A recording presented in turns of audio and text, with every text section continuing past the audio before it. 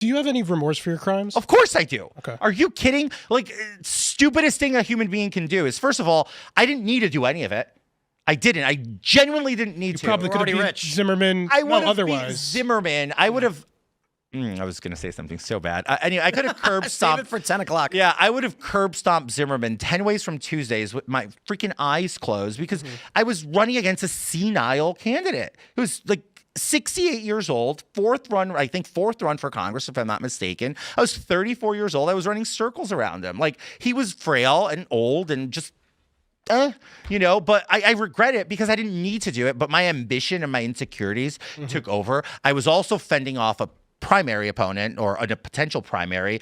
Everything just was like dumb and self-inflicted. And if I could go backwards and do it again, I would do it so differently because people like to say, oh, he's only sorry because he got caught. That's not true. I'm sorry because it was stupid. I caused a lot of pain, hurt, and disappointment to a lot of good people that I genuinely like, that I'm probably never going to be able to square away those relationships. I had a potential, I had a really good career ahead of me, and I blew it up, and it was dumb, and, I have to live with it. And not to mention the district that you were representing, New York's 3rd. It's like a flip district, a purple district that you were turning red.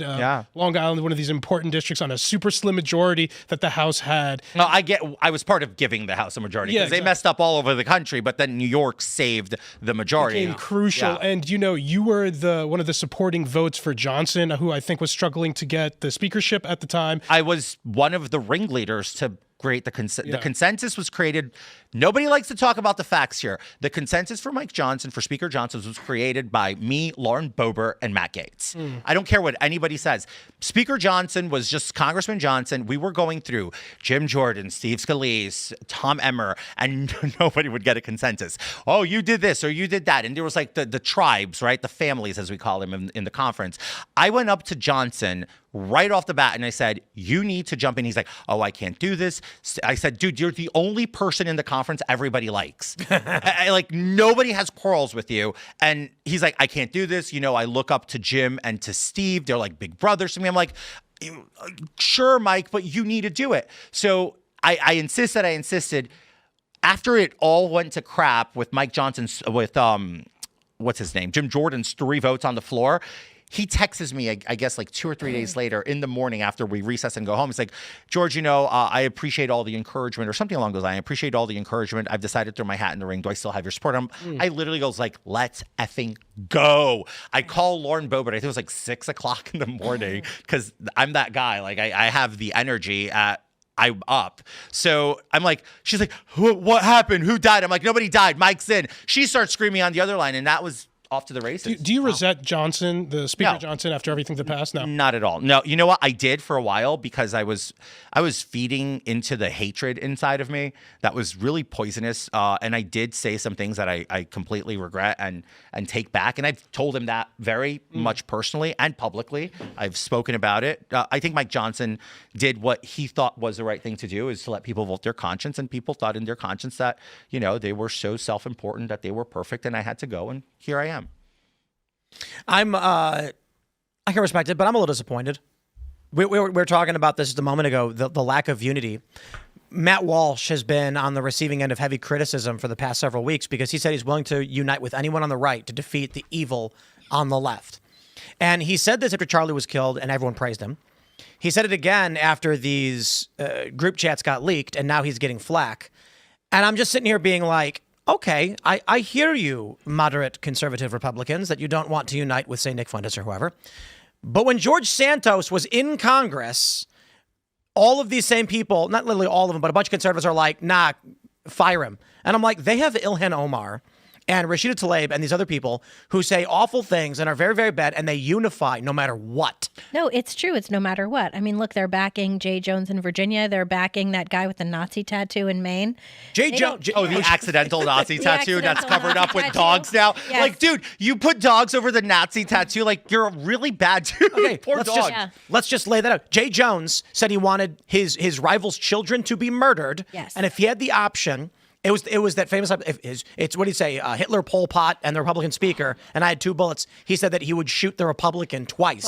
And he lost only 3 points in the polls. Spanberger still backs him. The ACLU sent out, paid for mailers that went out, and the ACLU doesn't even endorse. And you pointed out, Johnson said, vote your conscience when it came to you. And I'm like, listen, if I have to sit here and compare what you're accused of doing to the guy who called for the murder of his rival's children, I'll take the campaign finance violation guy. Well, and the other thing, too, is the Democrats, like you were saying, they always unify. If they don't care who they're unifying around, they will back anybody so long as they're part of their tribe. And then all of a sudden... Cult.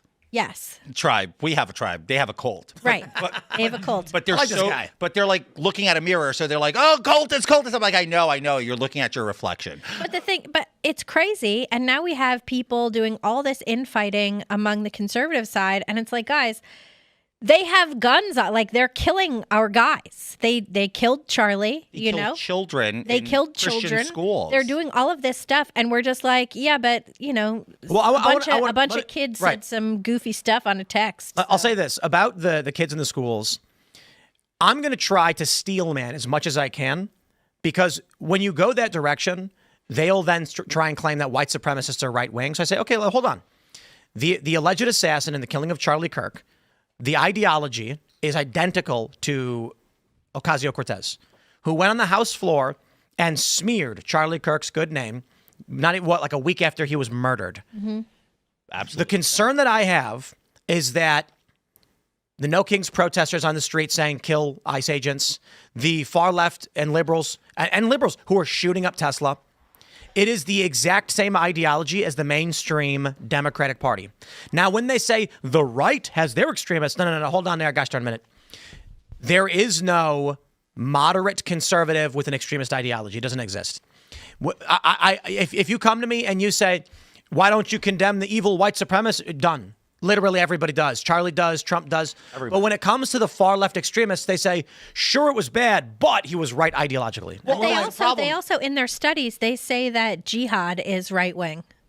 Oh, yeah. Anti-government is right wing. Yeah, anti-government is right wing.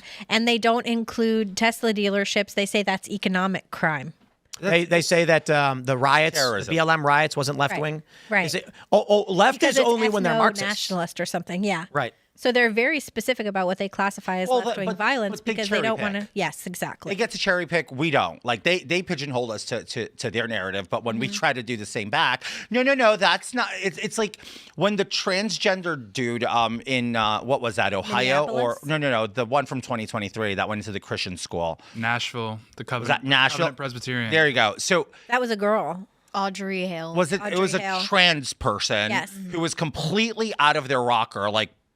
99% of trans people who are like, oh my God, please accept me, who I couldn't accept the genitalia I was freaking born with, goes in there, kills kids, and they actually not a word comes out of their mouths. That drives me absolutely insane. Well, it's not just that not a word came out of their mouths. They were defending her. They were saying, oh, it's so hard to be trans. Yeah, so you're going to justify murder? It's like, look, as a gay man, it stresses me out because I am being put with these people who clearly have a mental health disorder that I do not do. I might be crazy in my own terms, but it has nothing to do with my sexual orientation, right? These people literally fight their own body because they're so sick and we're not treating them. Also, if you look at like statistics of, homosexuality, that pretty much stays static throughout the years.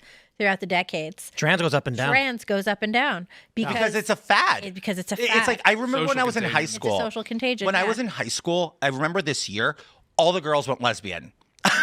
Right? Every single girl. I'm older than you. Maybe the guys were just chopped that year. No, it was just really bad. All the girls are like dating each other.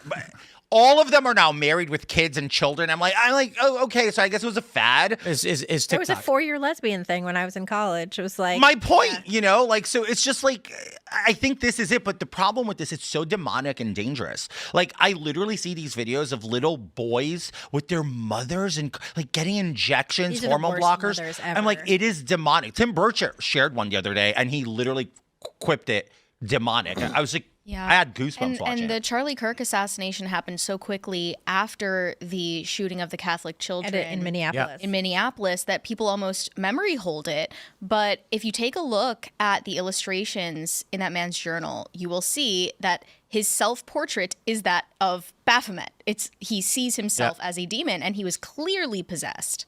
I will say the last shooting victim came home from the hospital today.